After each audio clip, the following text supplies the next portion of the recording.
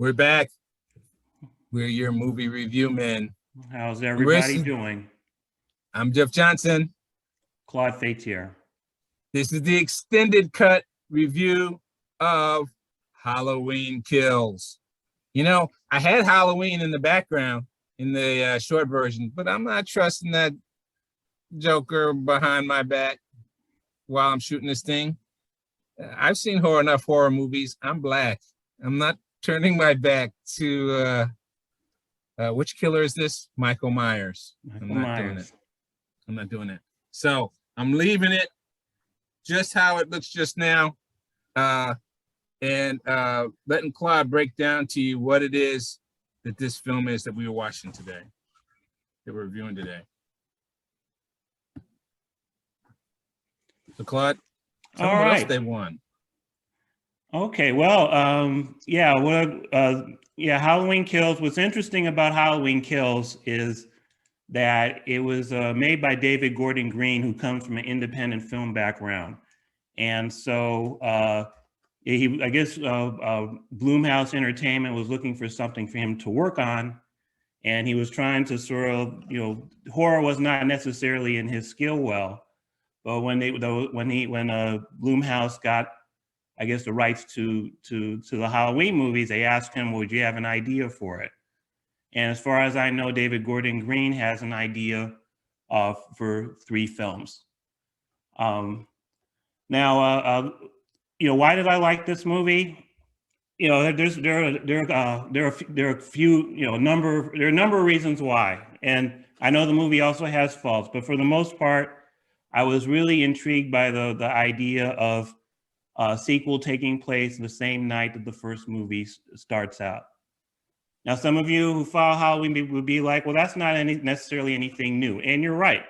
Halloween 2 actually did the same thing. In the original Halloween 2, it takes place the night of the attack. Laurie Strode is in the hospital. And in that movie, she's basically trying to escape from Michael Myers, who's tracked her down at the hospital, while Dr. Loomis is trying to track Michael down. Now, I'm one of the few people that actually liked the movie, because a lot of people were like, oh, Laurie Strode wasn't proactive, blah, blah, blah, blah. She was a damsel in distress running around. Where was that strong, independent woman, that was in the young lady that was in the first movie? And continuing with that second movie, she has survived an attack. She's been hospitalized. She's on drugs. So you can't just, if it's grounded in reality, you just can't say, oh, well, I'm the female hero of this. I'm going to become strong and take on a killer. She's drugged out. So the strength she has to find is her ability at least to recognize that she's under threat and try to get away. Sure. So I actually like the second movie. I would say the only problem I have with the second movie was the whole bullshit idea of Michael Myers being Laurie's sister. And apparently, so did John Carpenter. I guess John Carpenter, who had written the screenplay, and he said it was probably after a night of drinking, he sort of came up with the idea. But he was basically pressured to write the screenplay. And he has basically sort of said that he wasn't also not a fan of Halloween 2, even though it was most of his crew that put the movie together.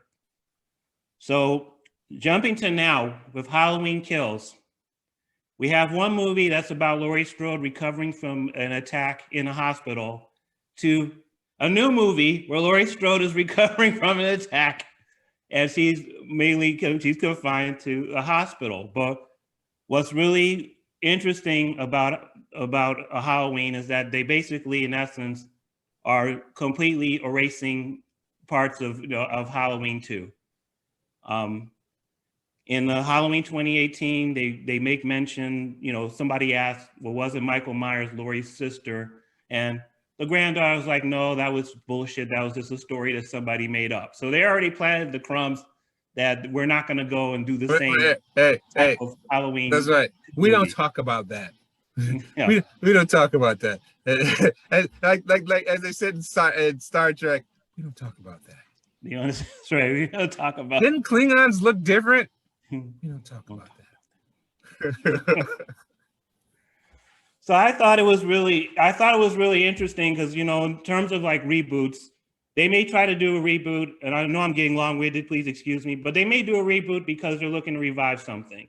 Sure. You take a look at a reboot like the new Star Trek, they know that the crew is getting older, so they come up with this alternative timeline so you can reintroduce a new crew and have new adventures. Although unfortunately you had the first movie, which was a Wrath of Khan movie.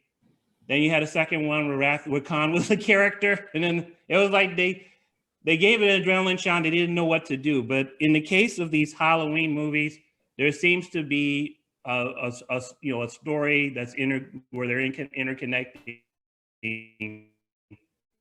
Certainly in this new set. These stories. So certainly in this new set. Certainly in this new set, and you know, it's for the fans, right? It's for the fans to give you some the taste of what the other ones were, 1 and 2. And then also to just address directly, yeah, but we're still doing it our way. We don't want, we don't want to tell that other parts. So even that's a shout to the fans and say, yeah, it's like what you thought, but we're not doing those other pieces. And of course, what you didn't mention, it's Jamie Lee Curtis. What are we at now? 30 years later? Yes. Right? Jamie Lee Curtis. 40 years later. 40 years. 40, ladies and gentlemen. This is the same Jamie Lee Curtis 40 years later, who's in the first and the second. So you're getting that little nostalgia candy. Even I have not, I don't remember 1 and 2, and I didn't go all the way back that far to rewatch the films, but I knew Jamie Lee Curtis was in it, and I was curious enough just to watch that because I do like some of these nostalgia candies. Well, just one more thing. She was also in Halloween H2O and Halloween Resurrection, which they make no reference to, and I'm glad that they don't. So yeah. Are you going to give them the count? I don't have the count. How many total films are we talking about here in this series? And so when did those 2 come in? You know what? I'd have to check, but I think we're talking about 9 or 10. Let's see, it was 1, 2, 3, 4, 5. There was one strange one that had to deal with rocks or something, so that was probably 6. I think Halloween H2O was 7. Halloween Resurrection, I think, is 8. And I think we got the 2 Rob Zombie ones. So that's 9 and 10. And I may have this wrong, but I guess Halloween 2018 would be the 11th movie, and this one is the 12th. Halloween Kills is the 12th. All right, it's 12. Very good. And they brought her in somewhere in the middle there, and now bringing her back once again. Okay. So let's see here. I'm looking at a Halloween mapping. A Halloween disambiguation. It has them laid out in the map, and it does require a diagram. But what was really cool is like they erased all the movies. Evidently also again pretty much erasing everything between the first movie and the other 12 that followed or whatever. And I guess what was really cool is that you sort of saw her sort of dealing with the trauma of dealing with Michael Myers. We see her in survival mode, which was definitely sort of like her in Sarah Connor mode, collecting guns, preparing for this day. So when going back to 2018, she's basically sort of preparing her daughter, preparing her family for the evil that she knows will eventually come back. At the end of 2018, their plan, it seems like it's a success until Halloween Kills. You come to realize it did not work out. And so the second movie, Halloween Kills is basically her at her worst possible position. She's incapacitated. The monster is wreaking havoc on her family and all the people who she loves and cares for in Haddonfield. And, so this would be, I guess you would say, her Empire Strikes Back moment, where you take characters that you care about and you put them in the worst possible position. And this is it.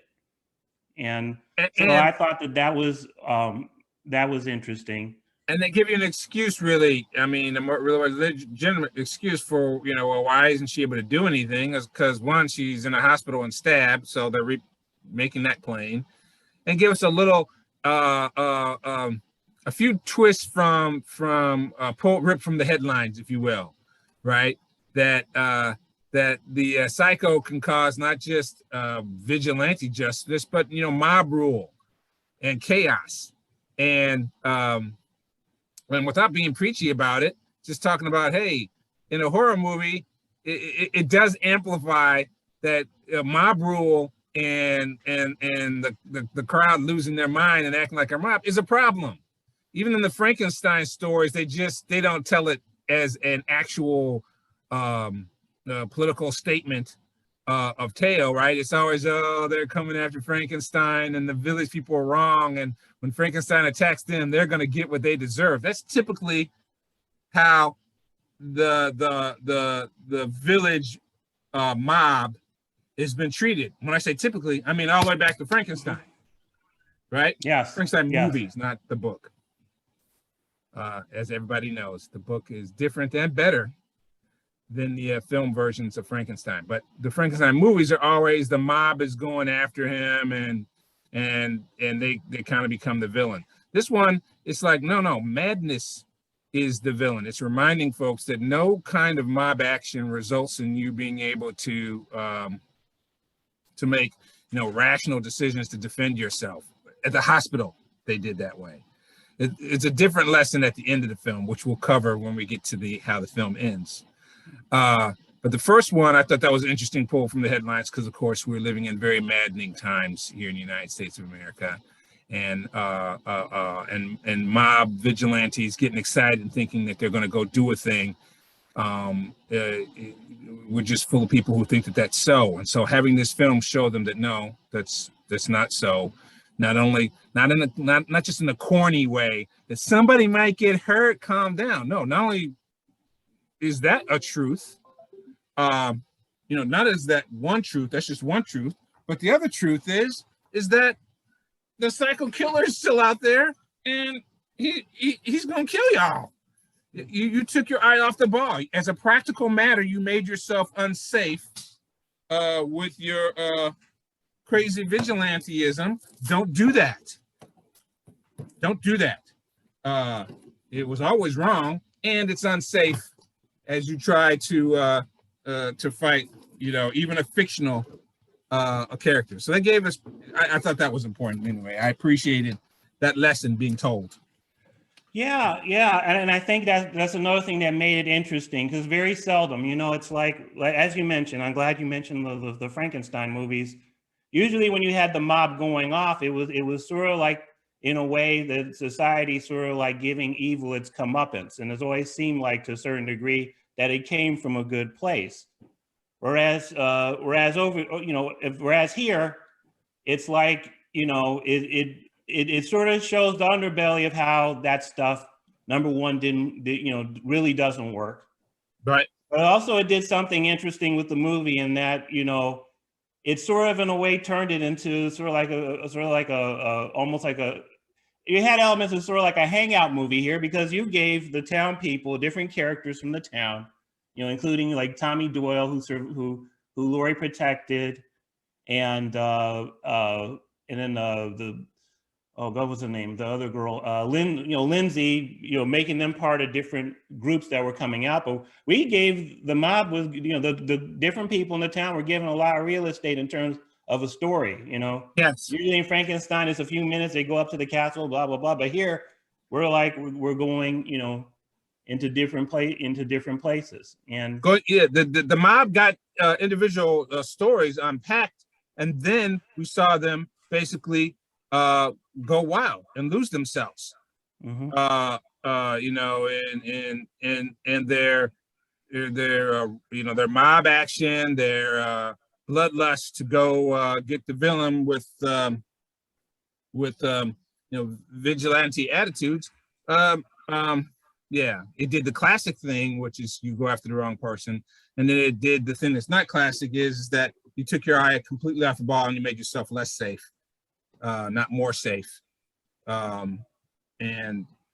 yeah, that's a lesson that's over need to be learned Yeah, and I think there's in another time. lesson too, that you know, when if someone goes into this type of thinking and they think of this the heroic version of what's going to happen, that please bear in mind, you sometimes you're looking at a horror movie, or why they do that stupid thing, or if I have a gun, I'd handle the Exactly. business. Right. The truth of the Right. matter is, I haven't taken any gun lessons. All right, so I mean, you could go ahead and say I would be a badass, but this shows, some people you got a lot of like varying messed up ass results because the hero who you think you are and the person you are when the stuff goes down are two different people entirely. They're And totally and different people entirely. And then plus also, it's not your film. This is important for all action people and martial arts. It's like, whose film is it? It's not your film. It's Michael Myers' film. It's his film. And so that's another thing that I'll bring to you is that when you watch this film, they most definitely, of course, gave you what this film was about, which was about the monster and his evil creature and his evil, unstoppable force nature of him. And um, you get your classic special effects, blood and guts people crew gets to have creative and dramatic kills. And then, of course, the evil guy somehow has sufficient time to pose the bodies afterwards. So you get all the classical components of the genre. He kills in some kind of novel way. Second, he has plenty of time to pose the bodies so that when the next victim comes looking for their cat or their dog, this film was a little bit more sophisticated than that. Thankfully, no one followed the cat or dog into the shed full of knives or crawled down a tunnel full of chainsaws. That didn't happen. But whenever you do, whenever the next victim comes, they run into the bodies staged in some graphic and horrific or comical way because the killer has all the time in the world to stage bodies.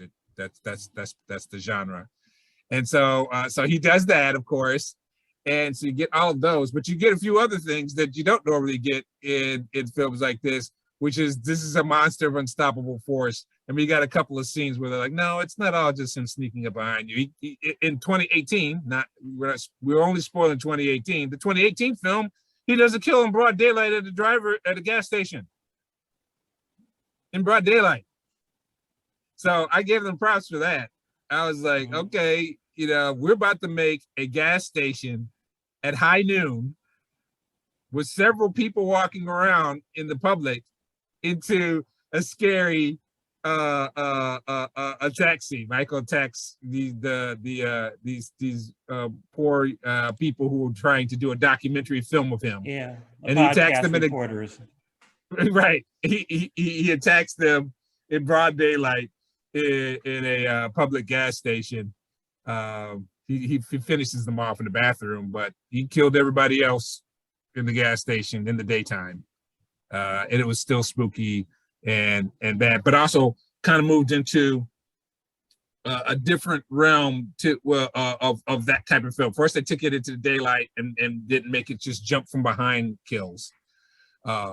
They made it you can be scared in daylight, which moves us a little bit more Hitchcockian, right? That Hitchcock would just challenge himself to find ways, and I'm going to scare you, and it's not going to be in a dark, alleyway when you're alone, broad daylight with a bunch of people around, and it's still going to be scary and bad. And so similarly, this film not only does that, but it also does a couple of scenes like you did already characterize that, that Michael Myers was in a bad way at the end of 2018. They trapped him.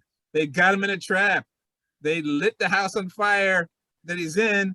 And if it's a sequel, yes, ladies and gentlemen, he survives that. One, because he's a monstrous bad. Is he an evil monster? Supernatural character? Well, he keeps surviving being shot, stabbed, stabbed, burned. Yeah, they're hinting that he is in fact the boogeyman. But on top of that, he also find some way to survive each time, including in this film, you just get you just get full-on fight scenes. He's supposed to be jump from behind, stab innocent people, and kill them, which he does, plenty of those. But this film gives us another dimension of him also, even if you come at him with a bunch of people, he still lays waste to large crowds of people all looking at him with light shining right on him, and they have clear shots at him. Some in comical, gore ways, and others he just whoops their ass. Yeah. I mean, that was the thing. It definitely, if you were somebody who's sort of like into the gore, it delivers. It delivers sort of like on the movie gore, but then it also sort of kicks it up a certain notch when he kills that older couple, and it's like, okay, yeah, you definitely you see them getting killed, but then we almost, in a way, almost have it a sort of like a damn tutorial about how to desecrate the body when when he has the older man in the kitchen, and he'd basically say, okay, what are a bunch of knives over here? Let's just do this. Let's just do that. So we sort of, in a way, see part of the process in terms of him setting up, how am I going to stage this, which added, another sense of menace, aside from the fact that that mask shows no emotion when he is doing something. So if you're into that part of the story, definitely, I think it delivers in terms of realistic effect, and then just sort of upping the ante in terms of seeing something that we haven't seen. We haven't seen him at the beginning of setting up a scene. That's true. Now, I haven't watched all 12, and I'm not going to. No need to. In fact, I'm looking at the 12 list. You did an excellent job calling it out. You didn't call out to the people that they repeat Halloween 3 times now as a title. They repeat Halloween 2 twice because they came back at it in 2007 and called it just Halloween. Then they called it Halloween 2, and then we jump all the way now to 2018. Then they call it Halloween again. So it's the 3rd time we're calling Halloween. 12 films. But my hypothesis is that this film and this series of films, since they've already declared we're going to get 3, a nice little series. My hypothesis is that they're like, yeah, we're just going to give you all kinds of things. First, we're going to be really diverse. We're going to be culturally diverse. He kills all people. He's going to kill everybody. In fact, let's go out of our way to make sure we kill everyone. Let's kill an interracial older couple. Old people get killed. Yes, I'm thankful. He did kill a little boy, but they didn't show it on camera, and I'm thankful for that. They don't have to go that far. They showed 2 kids on a swing and said Joey went over there, and then they came back and said Joey's dead. Don't show Joe. Thank God. Although the way those kids were really obnoxious, I don't think too many people were crying that Joey was gone. Obnoxious, but no. He broke into the couple's house to take the kid. Don't kill Joey. Anyway. And in 2018, they gave us a cute black kid and his babysitter, and they killed the babysitter. Don't kill the cute black kid. I don't need that much diversity. Thank you very much. But in this film, they're like, screw it. She went out like a champ, though. I mean, she protected that. She protected that kid. She protected her kid, and she died. I'm saying, don't kill a kid, and don't kill a cute black kid. You got to watch all these damn movies with nobody black in it. And now thank you, no. But then in this film, that was in the 18. This kid was like, well, no, we're gonna kill everybody. So we get a nice interracial couple. White man and his black wife, she gets killed too. Black people might say. Also later on, you also get an African American couple. Then we get then we get a black couple, and he kills them off camera, but he kills them too. Then we get a gay couple. It's like, yay, diversity. Everyone Halloween kills, non-discriminating. So there you have it, ladies and gentlemen. He didn't kill a dog on camera. And he didn't kill any small children on camera, and that's good. You don't have to prove anything more to me. You've already, when you killed off the older interracial couple and just really just killed the black woman, just all on camera. That's enough. I'm convinced. I'm convinced. That's enough. We now know that you shall. Don't kill a horse or dogs in the next film. Just don't do it. We get the point. And then, like I told you, not spoiling, they give it out to us. It's not just jumping out from behind the closet. So all our John Wickies out there, all John Wick fans, see, it's multi-genre. He just kicks a whole bunch of people's behinds who thought that they could stop him. So he's just he's just a sociopathic killer demon. He's the boogeyman, but he doesn't have to just boogie. He can also just kill everybody in sight. And I must admit I enjoyed it. In fact, I think I kind of enjoyed it because they projected that this is going to be a trilogy. So, like you said, the Sarah Connor nostalgia of bringing back Jamie Lee Curtis again. I was intrigued by that. I wanted to see how they were going to play this. I know they're on 12 films, so no one's fooled that they're going to keep trying to make films. So that wasn't part of that. Wasn't going to. You shouldn't be disappointed by that. When you watch it 2018 or this film, there's no reason. You have no expectation of. I wonder if this is going to be the last one. No, you don't have any expectations of this. Really, it becomes how are they going to do it in a clever, cute way to end this thing and still not end it, right? You're almost kind of waiting to watch. Okay, do it at least in a clever way, please. Do it well. Don't just, I'm not dead. No, please, something. And they did. They did a pretty decent job of setting us up and really setting us up nicely for the next, which this director claims. Oh yeah, no, because the stakes have been brought up. I mean, the thing is, again in 2018, she was trying to prepare herself, prepare her family, and for what was coming up. And again, the very worst that could happen had happened. So this is definitely, whatever trail this director is doing, I am definitely on it. It was nice. It was nice. Another thing that I liked about the movie was that it just did not. It was really sort of interesting, just the way that just in terms of telling the story. Like the very beginning, we have we have the boyfriend. He basically ended up being a jerk in the first movie, but he ends up finding Deputy Hawkins. I think the kid's name is Cameron Elam, and we come to find out his father had survived. But anyway, Cameron basically finds Hawkins, and then we get a flashback to what happened in 1978. And we're introduced to two characters in the original story. Officer Hawkins.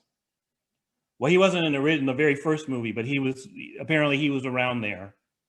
And then we're also introduced to Cameron's father, Lonnie Elam. He plays a child who is actually in the first movie. He's a kid that gets bullied, and he's reluctant to. He gets dared to go into the house. But Deputy Hawkins is haunted by the fact that he did not follow through on possibly having a chance to kill Michael Myers. And so we sort of have a sense that there's sort of like this, they're expanding the story, they're beginning to tell a story.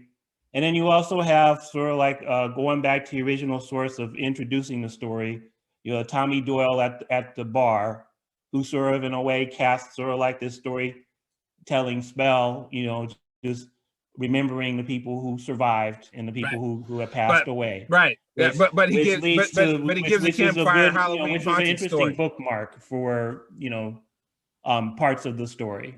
Right. Even though he calls himself giving tribute, he gives a campfire Halloween story. Yes. Which is something that John Carpenter did in The Fog, when you had the old man sort of giving the campfire story to the kids. So there were like little touches. I mean, I think you could definitely assume that obviously he's a John Carpenter fan, and so there are a bunch of things that are sort of in a way just just put in there. So yeah, and you know, again, there was a lot of, you know, again, just the whole, yeah, and then just what's happening in terms of you know, with the family, you know. You have Lori who's in the hospital trying to recover. They they they sort of try to do like a female super action hero thing with her, which, you know, realistically, she's in the hospital, she just got operated on. So she, you know, so that was dealt in you know, in my opinion, in a realistic way. Yeah. But you have people who are getting caught up in the frenzy, like you said, of getting revenge. The granddaughter has lost her father in the earlier movie. So she gets caught up with, you know, her boyfriend and the boyfriend's father, who was friends or who did peyote with her father. So it's like she didn't want to let one figure, you know, she wasn't there for one father figure, but she's sort of there to, you know, to be here with this other one. So you have a lot of interesting things that are happening, and I was caught up with most of it. Unfortunately, there was also a couple of moments where it was like, sort of like in a way, sort of like I would say stupid horror movie moments. You know, you had a couple of those that are in there. All right. Some of it because, you know, I would say people thought they could do heroic things, but they couldn't. So those I could let slide, you know. Needless to say, not everybody who thinks they can shoot a gun needs to shoot a gun. That's correct. But there were some things I wasn't, you know, I was like, you know, really, I did not understand why the deputy did not take that first opportunity to take Michael down when, you know, in the flashback, in terms of what happened that night. And Lonnie Elam taking his son and daughter to the house. You know, why did he not just wait outside the house and call, you know, Bobby Doyle to come there? Right. Call for backup. They had the plan. They figured they tracked him down. And he wants to go, and I can understand, you know, in terms of he needs to go in the house by himself because he never had the guts to. But I mean, come on, man. It's like you're coming after a killer. I don't think that's a good idea. Especially Now's the time to prove myself. Yes. 12 movies later, everybody else is proving themselves. It hasn't worked out. And how old is this Joker supposed to be at this point now? He's got to be now 68. Oh, who, Michael Myers? Yes. Well, let me see. Yeah, I guess. Well, yeah, because they use real timestamps. Yeah, you're right. Actually, that sounds about right. 68 or 69. Use real timestamps. And they keep showing him, you know, kind of gray hairish, kind of, you know, they never show his face, so that's the spookiness. But you got to show gray hairs. That's 68 years old. You know, eventually enough time will pass. Yeah, I think we are dealing with the supernatural evil creature. Why? Because he's 70. And he keeps killing fools. Oh, you mean that couldn't be a real person? That's what I mean. It couldn't be a real person. It's an actual monster. What's wrong with you people? Can't you figure that out?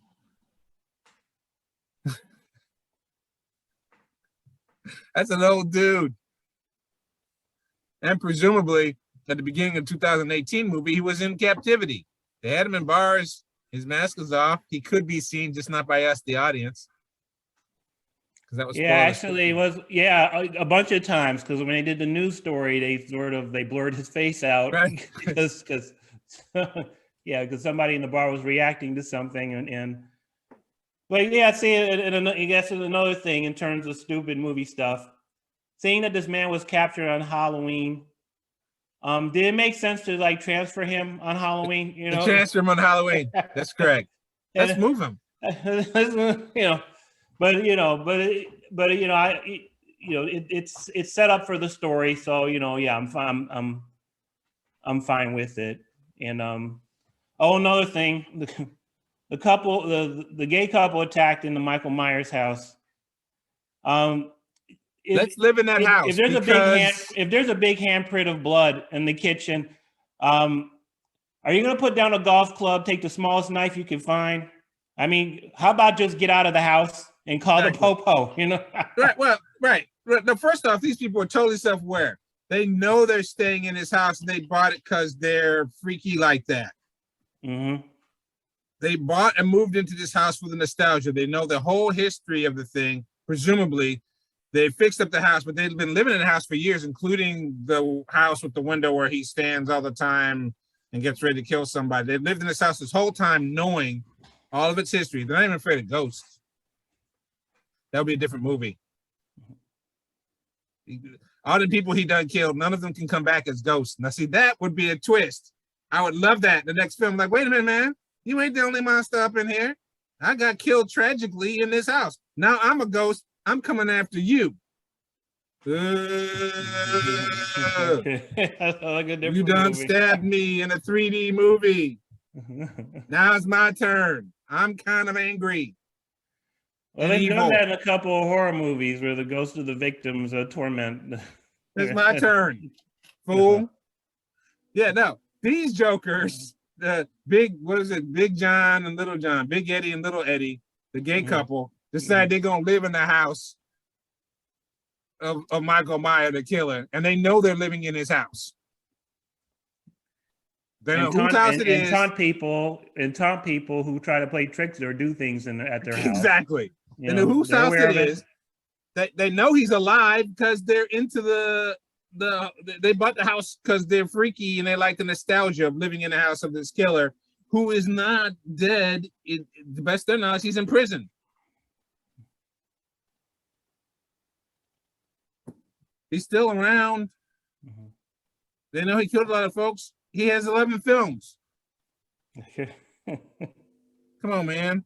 It's not like he just killed them once a long time ago. Well, in their world, he only has 2 films, and they're in the second one. In this world, they jumped all the way.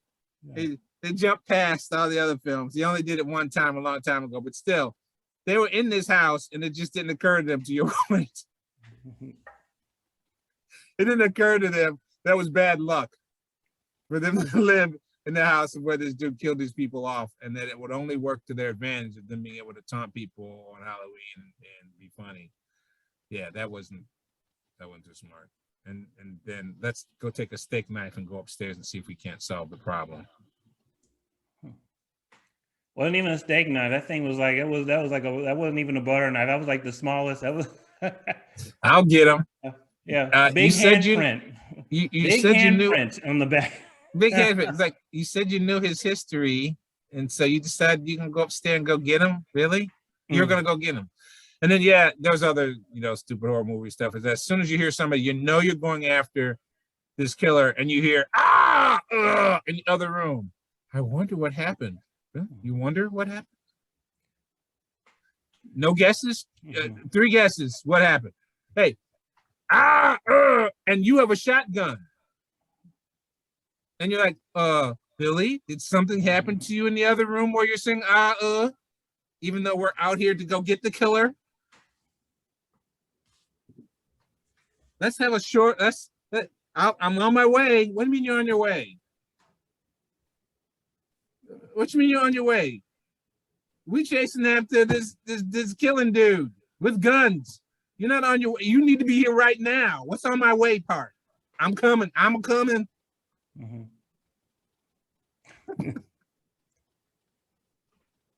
Wait, I have to tend to this dead body that has been posed for us by the psycho killer. This body is posed in a very tragic way. Let me look at it longer and be shocked by. Wait a minute.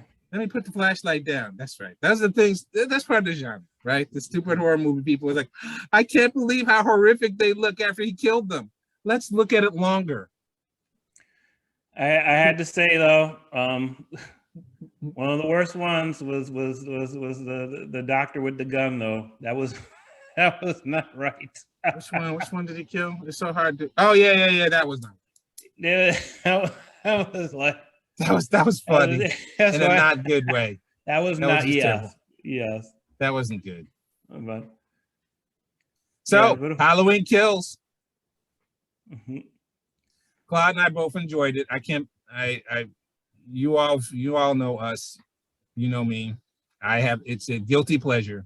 I told you I don't like these films, but I like this one. And I'm going to watch the next one because it's fun. The idea that they're going to do a third one is even fun to me. The setup, as you said, Claude, the setup for the third knowing that there's going to be a third, and watching how they close this thing out to set up the next one. They set it up in a way that's like, okay, now I want to know how they're going to wrap it up. So, because it's entitled, the title's already been released. It's Halloween Ends. But does it really? The 13th movie released. They won't do it on Friday the 13th because that's mixing genre. But Halloween Ends is the next one. And you've heard it from us about Halloween Kills. It's in theaters. It's streaming. Peacock. Okay, and just to recap for me again, I gave it a three power fist up. Again, a caveat: I think you will enjoy it a little more if you watch 2018. It does interesting things, putting Laurie Strode in a town in the worst possible situation they could be in. You sort of get a hangout movie with the angry town people trying to track him down. You have some very good special effects kills, and overall there's still sort of like a Halloween, definitely sort of like a story, ghost story element to what's happening. And by the end of the movie, it is a big setup for the third movie because, again, this character is brought to probably the lowest point in their life. And this sets the stake up for her and other people who have been hurt by this person to what's going to happen next. Halloween Kills. 3 power fists from Claude, 2 power fists from me. For all those who don't even like these kind of things, 2 power fists for me. If you like me, you'll like it that much too. We're your movie review men. I'm Jeff Johnson. I'm Claude Faitier. We will see you next time.